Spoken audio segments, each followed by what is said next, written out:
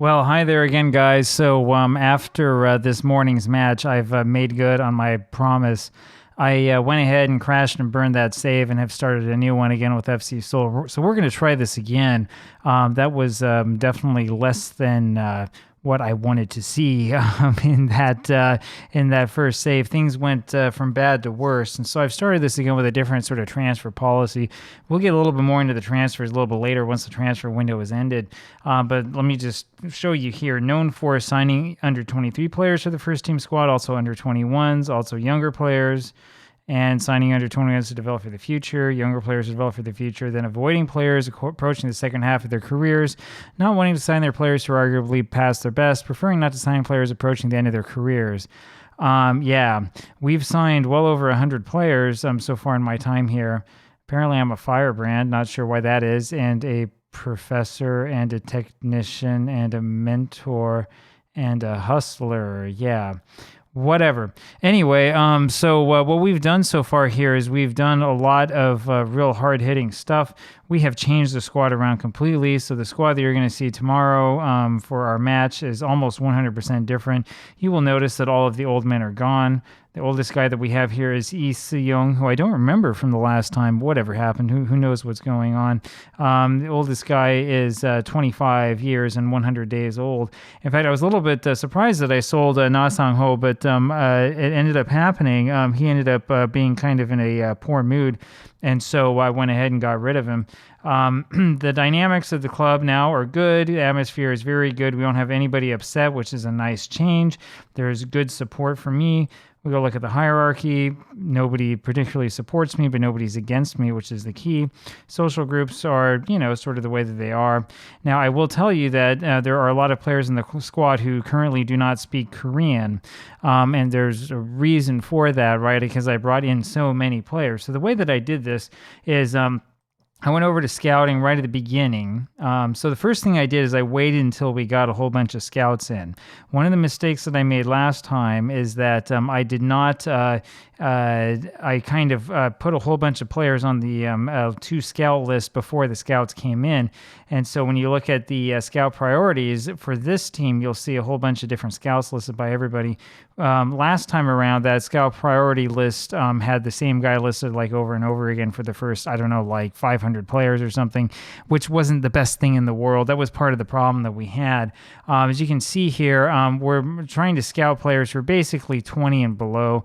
I'm kind of doing this as if it were a youth to gold type save, but not 100%, right? So we are going to have some guys who are going to be a little bit older. I don't think that we're going to get Monta, by the way. 29 million is more than we have. We have 11 million now. We do have some room in the wage budget, which is amazing considering the number of players that we have. We'll see what happens. But you can see right here we have, Kim Jae-hyuk is doing quite a few of those early ones. But when you look down here, you can see we have different players in the staff scouting guys, and as a result, I have different players coming in. I did that, and then I spent a lot of time today going over the players in range, especially like South Korean players who didn't have a team and stuff like that. I would stick them over on my short list, my trial list short list, which is right now empty, but wasn't before. I would bring them on one at a time and went through all of the South Korean players who didn't have a team, and then went straight for players from Europe. And the reason why I did that is because even though we are in South Korea, there are like restrictions on whether we can sign players from Asia or not, depending on their age. That is, I think it may be hardwired in the game. At any rate, if you get players from Europe, you can sign them at basically any age. And so that's what we want to do. We want to get young players so that we can fill it up. We can get the best of the best to rise to the top, and everybody else can go be in our B team, under 19s, and also the under 18s. We don't have fixtures for the under 18s, but we do have a team set up. And so if I look over here at my B team, this is what the B team looks like. It's got a lot of guys who are out on loan right now. It's just got a lot of players in general. All these guys are ineligible because they are actually on the under 19s team. But whatever, we let the computer figure that part out by itself. The majority of these players were trying to get out on loan, especially the old men. And then there are a whole bunch of these guys who are like 18, some 19-year-olds that we signed, but a whole ton of guys who are like 18 and some guys who are under that.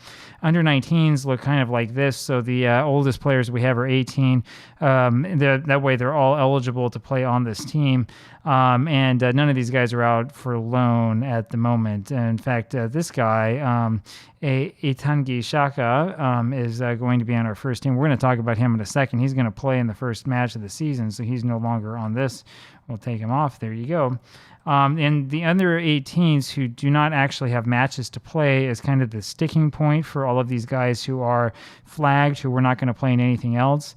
The idea behind this is that I'm going to be able to give them some game time so that they can like continue to play and hopefully have some sort of transfer value, right? Remember what we want to do, especially with these younger guys who all have whatever, like inconsistency or whatever.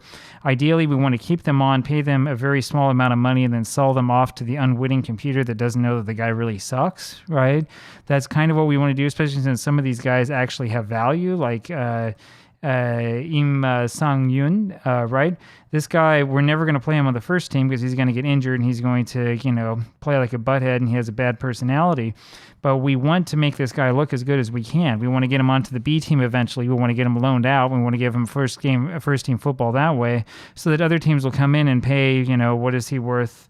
Where did he go? There he is. He's worth like 6 to 9 million euros, right? Well, we're hoping that we can play him well, get him on, one of these national teams or something like that. Maybe they pay us like 10 or 15 million euros a couple years down the line, right? So it's kind of worth it to put a little bit of money in players like that.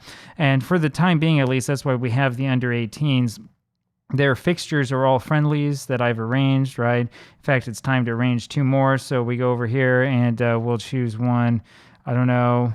Well, we play those teams all the time. We'll have them play this under 18s team, and then we'll have them go play another under 18s team, right? So they'll have like a crowd of, whatever, couple people there, 50 people, 40 people or something. All of the matches are home matches. And what this does is it gives us some opportunity to let these guys actually play. And it means that they don't like clamp things up here for this team, right? This is the team of youngsters that are actually good. You'll notice that there's not as many Korean names here, right? Because we have to sort of wait and we have to push to get more good young Korean players up and get them moved up. I've also noticed that when I try to purchase South Korean players from other South Korean teams, I can't get them over right away. I think I have to wait till they're 18 to come over. So, I mean, again, it's probably hardwired into the game. There's probably not much you can do to change that. Anyway, here is the squad again, and I'll show you this as far as like the value of these players are concerned. Yeah, Lee Han-bun is good, although he drives me nuts. The reason why is because he has poor natural fitness, which is a problem. We need to figure out a way to work on that. Itae-suk is another name that we know. And then there's Park Sang-hoon, whose name is misspelled. I'm going to do an episode one of these days on the misspelling of Asian names because it's a problem in Football Manager. And then next you have this guy, Nathan Itangi Shaka, who I bought on a free for nothing, and I'm paying nothing to him. He's getting 900 euros per week. I paid nothing to buy this guy. He has an estimated worth of what, like 10 to 13 million euro? Yeah, this is why you need to go through and look at the guys who have not been signed by anybody, because you'll run into these like young players who nobody has heard of or whatever, who for some reason wound up without a club, and they're more than happy to play for you at this level. And they're probably much better than this level is, and then you would see by the naked eye. So, I think he's going to be just fine. I think that he's a good player to have here on this team. If we look at how he compares to other segundo volantes, he's up there with some of the best players on the team right now. So I think things are going to be just fine for him. And we have a bunch of players who have quite a bit of worth. And it goes all the way down to guys like Mads Hansen, who probably shouldn't be up at this level right now, but we need a center back. That's why he's here. And so we do what we can do. We'll see what happens. As far as the competition is concerned, there's not a whole lot of expectations out there for us, which is similar to what it was last time. Now, we're going to look worse because we got rid of all of the players that had all the fancy, all of the fancy reputation, all this stuff. So yeah, we're picked to finish 23rd.